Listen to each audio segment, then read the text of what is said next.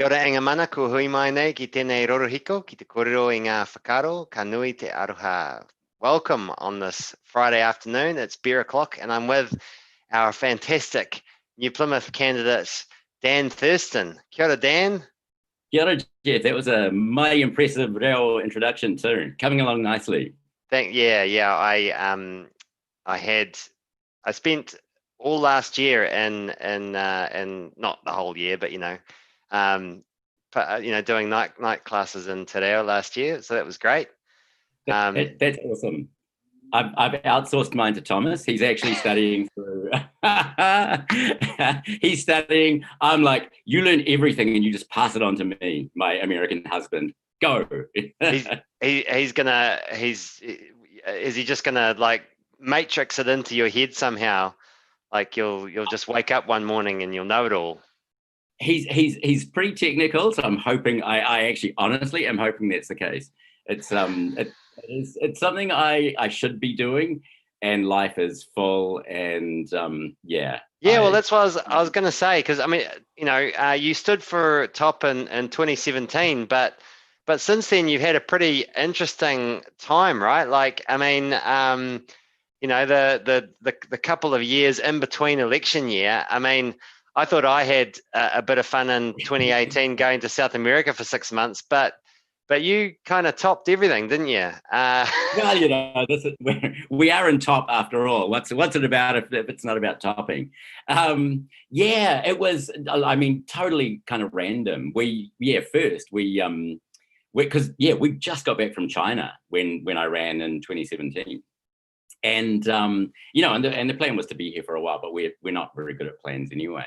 And then so one of the things we did, because Thomas is American, is decided to buy a camper van, and just for fun. And so we bought one in Carterton and went on a bit of a tiki tour and drove through New Plymouth. And we just randomly stopped on this beach, right? And it was January 2018, this amazing, stunning summer day on this beach with the Maunga, Mount Taranaki, like glistening in the background. And we were the only people on this amazing beach. And Thomas just said, could we live here? And I was like, well, there's nothing stopping us. So June, we moved here. But then in January, so after we were here, we'd been here 7 months. And Pete Bethune of Earth Race, so total eco warrior, had bought a conservation, a ship to convert into a tactical conservation vessel. And it was moored in a marina in Bremerton, Washington. And he gave us like 6 weeks to fly from, basically just uproot everything in New Plymouth and head over and move onto the ship and live there. So we were on the ship for a year. Wow. And so what was it like? I mean, just describe your cabin. What was your cabin like?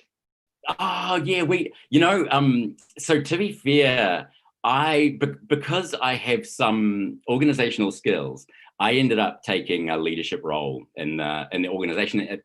Pete just basically made me the de facto CEO. So I got a stateroom. So Thomas and I, we had a double bed and an ensuite. And it was only Pete, the captain, and us who had that set up. Yeah. Everyone else had to sleep in kind of shared crew quarters. So we escaped that, and I'm not unhappy that we didn't have to spend a year downstairs, with just these little portholes as our kind of access to life. And like, I mean, in a double bed, what happens in a storm? You still must have to strap yourself in somehow. No, so what you discover, actually, it's a tug. It's a 1944 tug, so it's got this really wide beam. And so what we discovered is if you sleep, all its movement as it's moving forward, all its movement is sideways like that with the waves. It does, there's not a lot of kind of up and down. Yeah. So you have to orient the bed so that your head's to the center of the ship, so that as it's rocking, you're just basically rocking up and down like that.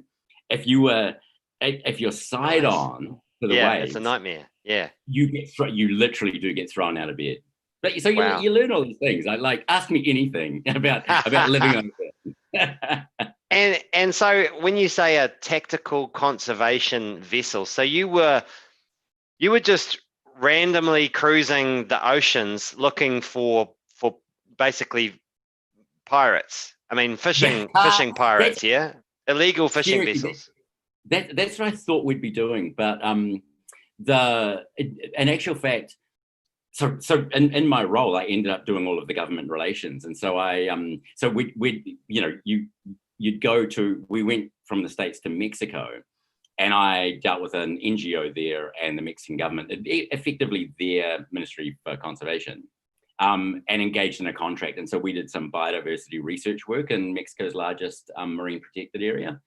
And then we went on to Costa Rica, and likewise. So while I was in Mexico, I was reaching out to people in Costa Rica, and we ended up getting a 1-year contract with their Department of Conservation to work on both terrestrial and marine protected areas. So it was kind of about pirates, but this is the thing that you find out, like, as you know, as soon as you engage with anything at any level, you see the complexity of it. Yeah. So what I learned in the process of looking at people who were doing bad shit in the oceans and on land, most of them are poor people. Most of them are out for sustenance. They've got families, like, in those countries, big families, and big connected families with a lot of responsibilities. And these are people for whom there is no real economic way out. And so the natural resources are what's available to them. Yeah. And and it's devastating, actually, because you engage with this going, right, I'm going to shut that shit down and take down the bad guys, and then you find that there are bad guys up the ladder, but you don't really have access to them. They all they outsource all of the destruction to people who just who really are just trying to make a living. So so you get that sense of ambulance at the bottom of the cliff, and that recognition that these things have to be addressed at government level, and government has to take into account the realities of everyone, the people who are in the worst circumstances. Wow, that's really fascinating. Yeah. Sorry, no, I was just going to say, I wouldn't have traded that year for anything. I've come back, like much more seasoned and aware. Even running this campaign, I'm much more grounded about what the issues are. And like, I don't know what you found in your, when you spent your 6 months South America, and you went to Europe, didn't you? Briefly, yeah. Yeah. But it is amazing, like the perspectives you get when you leave Aotearoa. Yeah. And you look at what's going on elsewhere, and then you come back, and and it just gives you these insights and perspectives. Yeah. A chance to compare and contrast. Yeah, that's right. Yeah. And so I guess the other thing that you probably would have seen traveling through the States, and that I definitely saw traveling through Europe, was the varying progress made around the world with cannabis legalization. I'll say to people, by the way, we will get to your questions. Feel free to ask questions, and we'll get to those in about 10 minutes. We're just going to have a chat, Dan and I, for 10 minutes or so, and then we'll get into your questions. But so yeah, I mean, I really noticed just how many different ways there are of managing the substance, regulating it, really. I mean, once it's legalized, there's many different regimes out there. But again, I guess Kiwis, and I mean, even in the most liberal regimes around the world, the sky hasn't fallen in. I mean, there have been the odd problems in places like, in the really liberal places like Colorado, but they've reacted to that. But I guess a lot of Kiwis don't see this overseas experience. Yeah, I did mention to you, I'm running a forum next Friday, the 9th. And really the reason I'm running it is because we campaigned on this in 2017, right? And I got right into it. I spoke at Queen Street at normal, events and things like that. And I was really proud of our approach to addressing the harm side of cannabis and just dismantling this. I'm allowed to swear here, aren't I? This totally fucked up system that we have at the moment that is causing so much harm. And yeah, so spending time in Washington, what's extraordinary is because even in the small amount of time that's lapsed since they addressed their legislation, it's really become normalized, and it's quite sophisticated in terms of how people approach it as a market in terms of regulations and responsibility and things like that. And so Washington is incredibly liberal, but it's also really mature in its way of looking at people. I say that, and we spent quite a bit of time in Seattle, and the homelessness issue there is, I don't know if you've been there, it's devastating. But anyway, that's got nothing to do with cannabis and everything to do with their social welfare system, or kind of semi-lack thereof. But what I've become aware of in watching the debate play out, and I call it a debate as well, watching the propaganda play out here is, and even as I stand alongside other candidates at events, and we're all asked about the two referenda and what are our positions on them. And a lot of the conversation that goes on, even in those forums, is misinformation and talking about like giving reasons for a vote that actually don't stack up against what the content of the bill. And so I thought it was going to be a no-brainer. So many people use cannabis. It's the harm is obvious. I was just like, yep, it's going to be a yes vote. And I'm watching the tide turn as I have to call it fear-mongering is continuing, and making people really sort of nervous about how the sky will fall if they vote yes. And so I've assembled this really amazing panel of locals to speak on behalf of from evidence and lived experience, and as representatives of different communities who are impacted both by the current legislation and who would be impacted by a change in the legislation, even economic. I've got a local entrepreneur who is going to talk about the economic effects as well as looking into the social effects, and the kind of the general health and well-being of our fellow Kiwis. Yeah, I mean, well, the polls have kind of been up and down, haven't they? They've kind of been, a few months back it was looking like positive, and then it swung negative, and some of them are still back 50-50, but it does seem to be the tide is turning against it, as you've got company. I've got my husband's home. Kia ora, Thomas. How are you doing? Good, you? Yeah, well, yeah. Kate pehi a koe. I need to practice. Yeah, you do, yeah. He's on the beginning of his journey. Awesome. Well, it's good to see him. Yeah, so you're right. The tide does seem to be swinging back against it, but there's still quite a few undecideds. So it's still totally doable. I think the crucial thing too is getting young people out to vote. Because what people don't understand is that whenever like One News do their polls, they actually weight it based on the voting of the last election. Right, yeah. So because half of young people don't vote, if they survey a young person, they only count what they say half.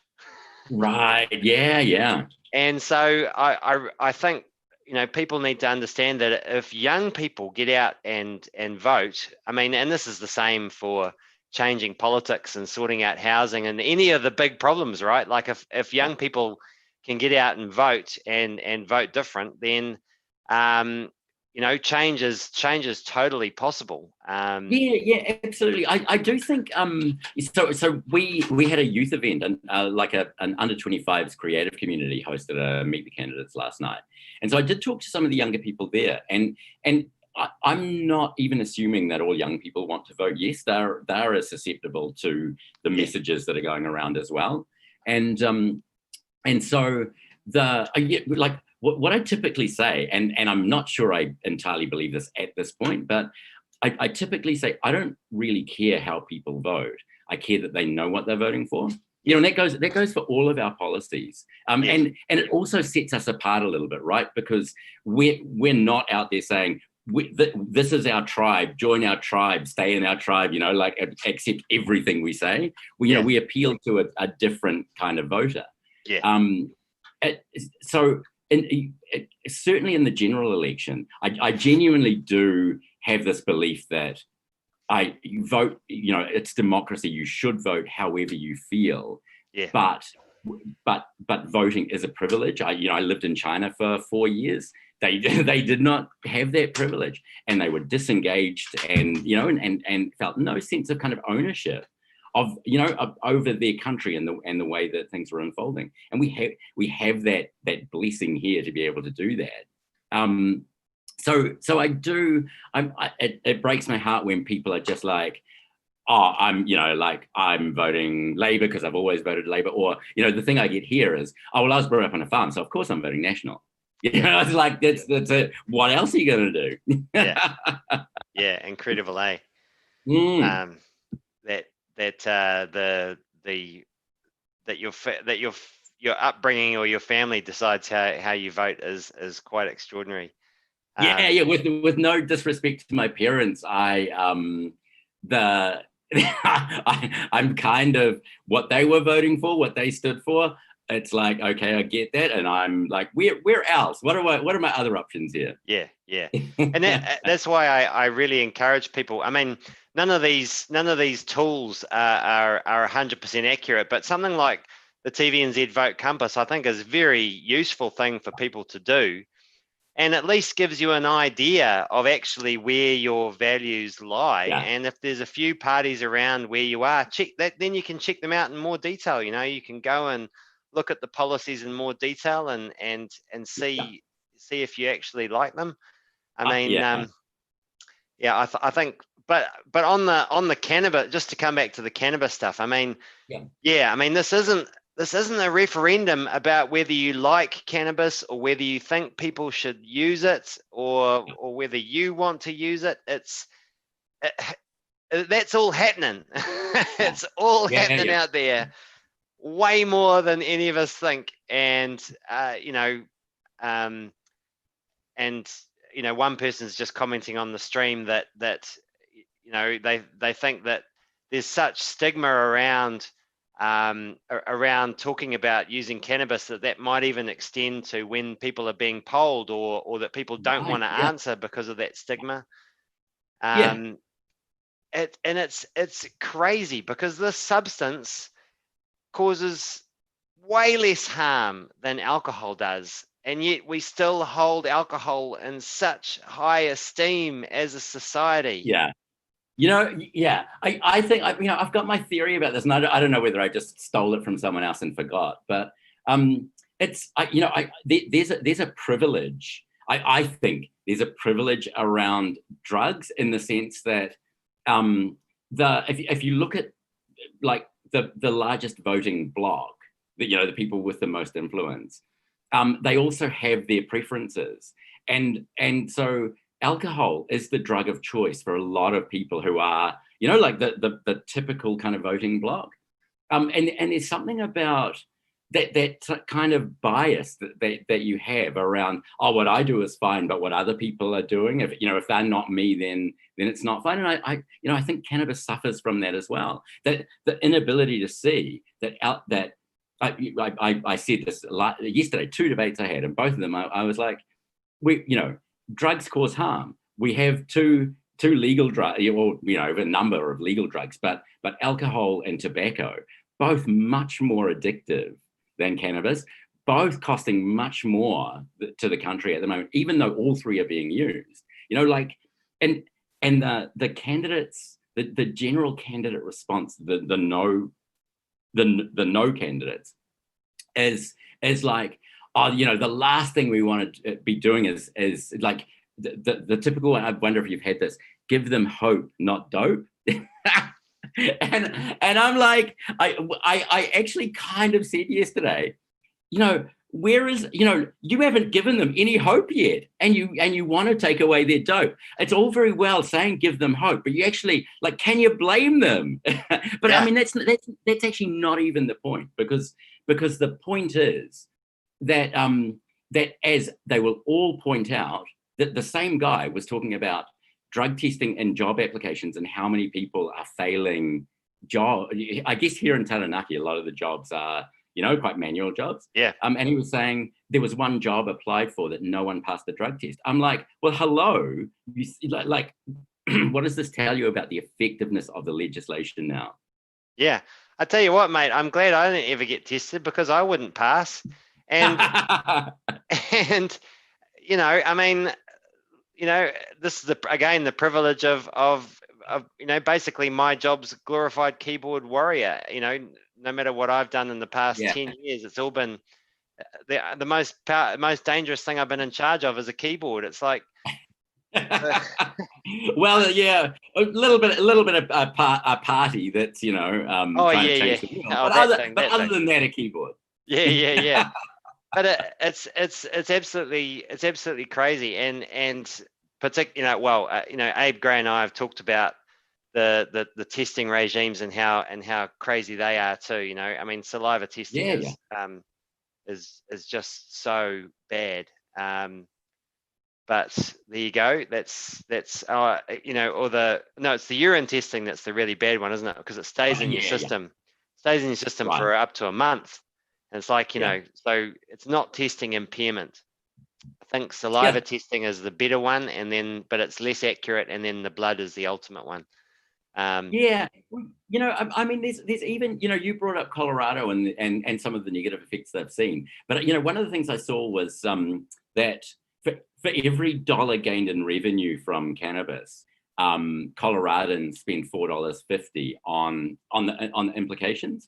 Yeah. But I so that's a number, right? And as you said, they're addressing that. They're doing the work to monitor and adjust. But I wondered what, so for every $0 of revenue we get, right, right now, exactly, how much are we actually spending? Yeah. Like, it'll be a lot more than $4.50 per person. Oh, on yeah, the cost yeah. of use. Yeah. So, absolutely. and so, I think those numbers are thrown out to scare people, but you have to get, look at evidence and reality and go, how, we're getting $0 to deal with it. Exactly. And, from the, I mean, we shouldn't have any concerns about consenting adults using more cannabis. I mean, the evidence from overseas is pretty clear that the ones who are doing that are substituting it for alcohol. And as we know, cannabis causes less damage than alcohol, so that's a win. I mean, there is an issue with youth usage, but again, in the countries that have a system like what Labor is putting forward, youth usage has fallen. And I'm not surprised at that, because my own experience with cannabis is one of being lied to. Being lied to by my schooling, by adults, and I knew I was being lied to because I grew up in the far north, and I saw it everywhere. Of course. It's not that I thought it was good or anything, or it was glorified. It's just that I knew at a young age that alcohol was far worse than cannabis. Because I saw it. I saw it around me. I saw the implications of it. And so to then then I moved to Auckland as a teenager and got lectured to by blimmin', holier than thou teachers who were like, drugs are bad, okay, and I would just be like, what about alcohol? And they're like, oh yeah, I mean, alcohol has some problems too, but drugs are really bad. You don't want to go there because it'll mess you up and it'll be terrible. And I was like, you're lying. You're lying to me. So I'm not gonna listen to anything you're saying. Yeah, it's pretty tragic on the use thing. So I have a family member, an immediate family member who uses cannabis regularly, what he said is that it's not Thomas, by the way. What he said is that his use will likely go down because he said he buys a set amount every month, and then he uses that whether he wants to or not. But because it keeps him in a supply, and it's not because he can't just I feel like a joint, I'll just go out and grab something, because he can't. He kind of buys enough, like the maximum amount he would use. So he said that the opportunity to just be more spontaneous about it, he reckons he'll have less of it around, and his use will go down. Yeah, that sounds a little bit like my relationship with chocolate, but let's not let's not have that conversation. Hey, so another drug, more drugs. Exactly, it is another drug. That's the addictive one for me, sugar. Anyway, yeah, for sure. Let's get on to audience questions. Okay. Any thoughts on things that whether things like money management, budgeting, civics should be compulsory at school? That's one for you. Well, I mean, I think all those sorts of real life skills are fantastically important, right? I mean, the big problem with our education system is that we force, the curriculum, because we're testing certain things when at the end of people's school and career, that's the stuff that they have to learn. And we're all about less testing, more teaching, and if you did that, then people would be free to explore these sorts of things. I definitely think civics is pretty important. I think civics is the big one. Actually, I learned, we learned kind of basic. It was really light, but we learned basic kind of budgeting stuff, or the concepts around budgeting and life skills at school. But we were sadly lacking in civics, and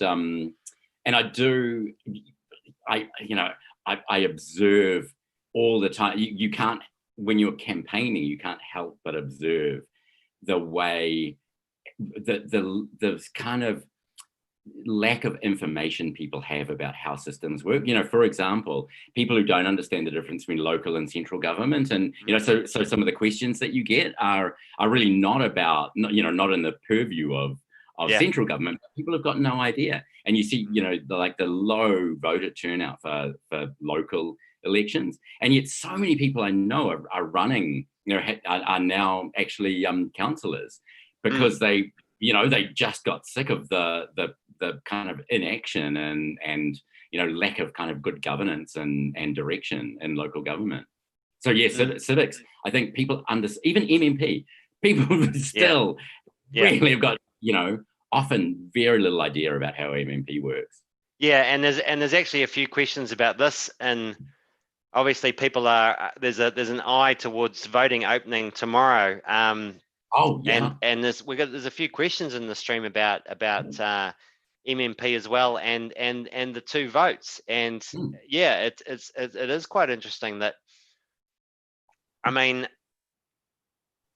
don't think a lot of people understand, how the two votes work. Like the electorate vote determines who represents your area, and the party vote determines the makeup of parliament. So actually, for most people, people talk about a wasted vote for top, but actually the biggest lot of wasted votes that go on tend to be people voting red or blue in their electorate vote, when those people are going to be in parliament anyway. Yeah, we have that here, and so actually, because that, I'm not the only person talking that talk here, so everyone at least coming along to our meet candidates and debates and things are hearing that.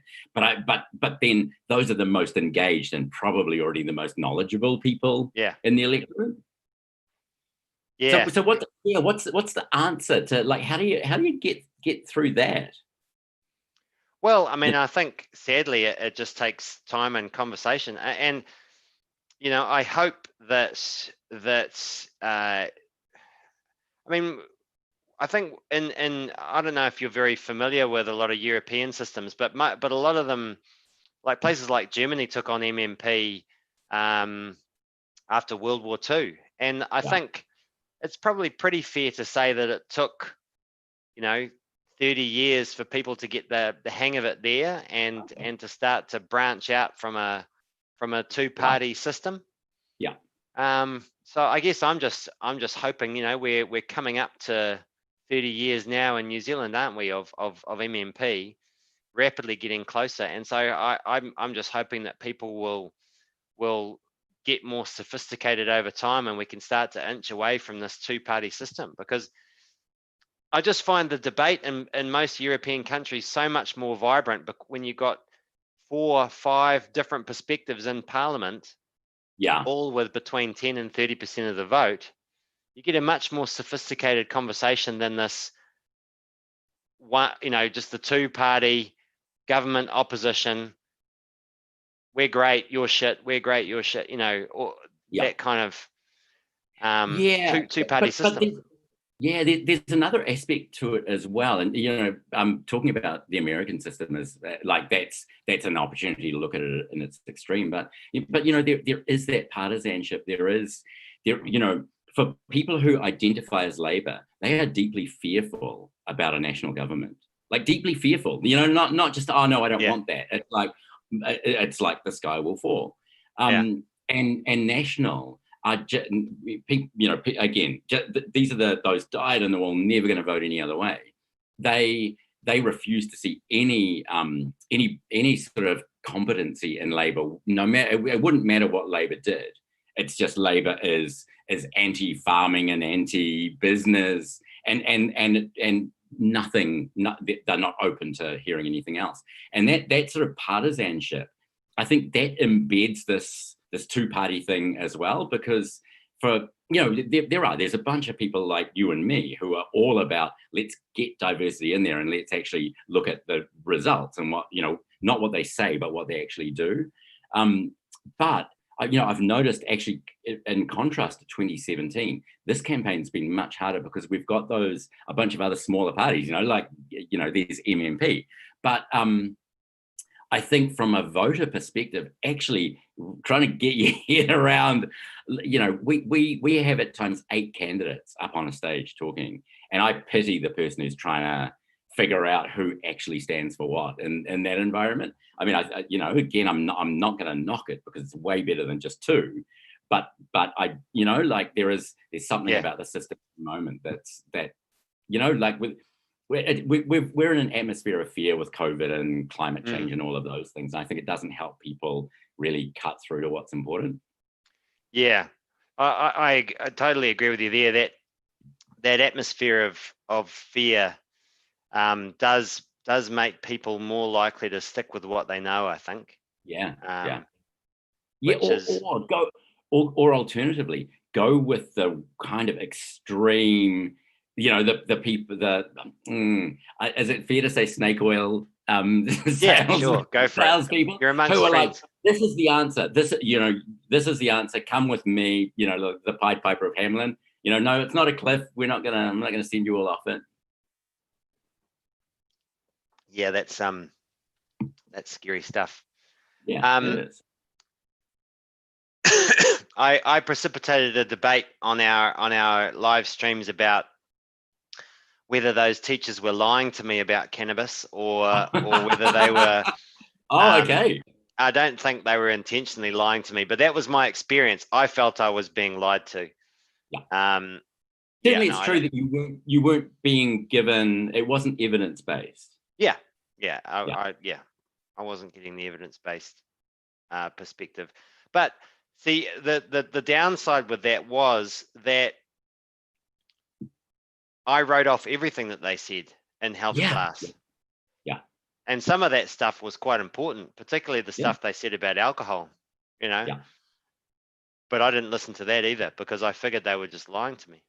Yeah, I had exactly the same experience with my parents. I knew that they had no experience with drugs, and their conversation was clearly, emotional, a little bit even hysterical. And so I knew I actually had to park everything they said and just actually figure it out for myself.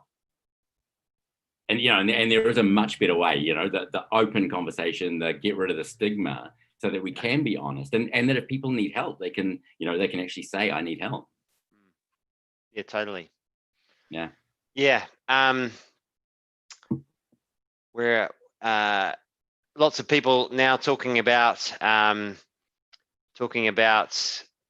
the lack of diversity in amongst the debates on TV, and the quite shallow questioning that a lot of our leaders have had during the debates. Have you seen any of the debates? No, I have had events on both the debates that have been so far. But this is something interesting for us to talk about, right? Because what I have noticed is Top is less diverse. Gender, sexual orientation, I guess. I was one of, I think, 3 gay candidates last time. We had more Maori. We had a Pasifika person.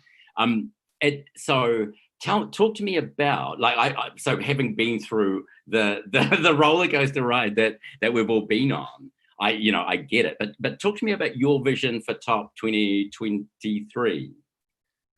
Oh, I mean, yeah, for sure. The diversity has been a big talking point, and it has been something that we're we've actively been working on. I mean, I think particularly in on our Maori side, we do have a strategy there, and an advisory group that we've set up to give feedback from a Te Ao Māori perspective to help ensure that Top is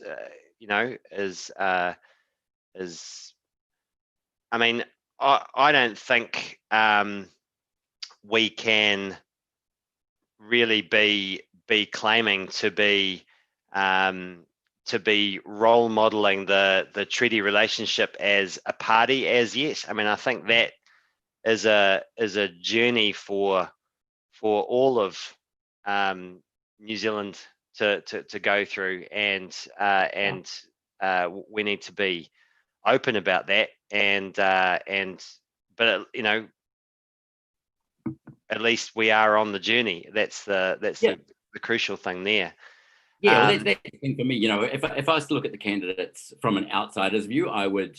There are some awesome young candidates, which makes me super excited. Yeah. And some really, some young women who I think are just like sort of point to a really amazing future.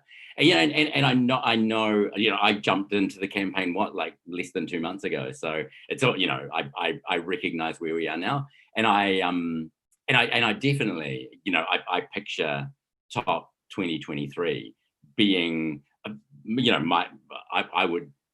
hope I'm right that it will have a candidate in every seat, and the representation across the board will be, will reflect the diversity of Aotearoa. Yeah, absolutely. That's definitely the vision, and I mean, I guess, I guess my experience of putting together our candidates has been that a lot of people thought Top had shut down and wasn't even contesting this election. And so we have been flooded with applications since we closed the applications. And that's because we only really started campaigning after we'd already closed the applications. So, I mean, I do, I think you're right there. I think that that will a lot of that will happen by natural, it will happen naturally.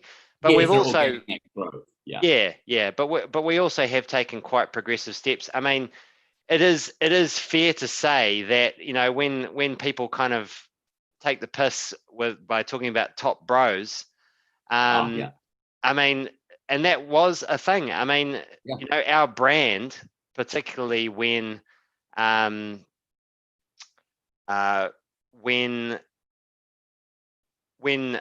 know, Gareth handed the party over, our following was probably 2/3, 60% male, and you know, probably mostly in that sort of 25 to 45 age group, 25 to 50 sort of area. But this year it's been really interesting because as we've tailored our messages, as we've brought on Shai as deputy leader, as we've given Jessica a really big role, you know, with leading the fight in Ohariu and sort of saying, you know, this is our focus as an electorate. So, you know, as we kind of develop that leadership group of women, and perhaps, you know, this is filtering through to our messaging or something, but now when you look at our stats on social media, I mean, it's 50-50, you know. In fact, actually, for the past few weeks, we've had more women visiting our website than men, which is quite fascinating. So yeah, I mean, these things do take time to change, but there's lots of promising signs. I would say of the people here who have told me they're voting for me, it would be at least 50% women, if not more. Right. Okay, cool. Yeah. I just had someone sent through some stats. So in the 2021 candidates we have 3 vegans, 3 part of that's, I think it's actually 4 part of the rainbow community, 6 out of 21 women, and 4 Māori. Is that right? Oh, okay, cool. Oh, awesome. More diverse than I realized. Yeah. A message. Jenny's saying a lot of women didn't like how Gareth talked about cats as well. That's totally fair, Jenny. I have to tell you, Geoff, I had a radio interview on Monday, and the guy, I think he's actually a top voter, the announcer, and he was really lovely, and he did most of the talking. Actually, he just basically talked about me while I sat in front of the microphone. But he said, you know, and it was really unfair, the stick you got about your cat policy last time around. And I'm like, hello, I go, now I do need to speak. You do need to let me speak now. Yeah. It's funny because I got interviewed by 95 BFM about our environmental policy this morning, and they asked me that too. So is it still part of your environmental policy to get rid of all cats? And but you know, that's the power of branding, right? A lot of people you know, can only associate a few things, only have room for one association. They think of top, they think of cats. So and I think the power of division as well, you know, like the power of, you know, a hot topic where people, you know, where you are absolutely going to be loved or hated, you know, and actually that's not what politics is about, is, you know, like dividing people over really heated issues. Yeah. Anyway, Dan, we're going to have to wrap up, my friend. It's been wonderful talking to you, and once more, it's great to have you back on board. Good luck in New Plymouth. Thank you. 2 weeks. What's coming up for you over the next week if people want to come out and get in contact? Okay, New Plymouth people, we've got an event at Shining Peak Brewery on Monday, and it should be a really fun, cool event there's some good hosts, and it should be a good turnout and a really enjoyable event. On Friday the 9th, so next Friday, I'm hosting the Cannabis Forum, which is going to be an evidence-based, informed discussion about the implications of the bill, not about whether you like cannabis or not. That's actually going to be it's a popular event. If you want to come find it on Facebook and put yourself down as going, because we've only got the room capacity is 100 people, and there's like 170 people down on Facebook saying that they would like to go. So yeah, find it on Facebook and mark yourself down if you want to come. Great, and remember to vote. That's also important. All right. Ideally for top, but like that's what we're here for. absolutely, and remember that your electorate vote is for the person that you want to represent you. It doesn't have to be red or blue. So hey, thanks so much for all your mahi, Dan. Great to connect again, and thanks for your leader. Yeah, and good luck for the next couple of weeks, my friend. Yeah, same to you. Good luck in Rongotai. Ka kite Keep up anō. the good work. Kia ora. Thanks.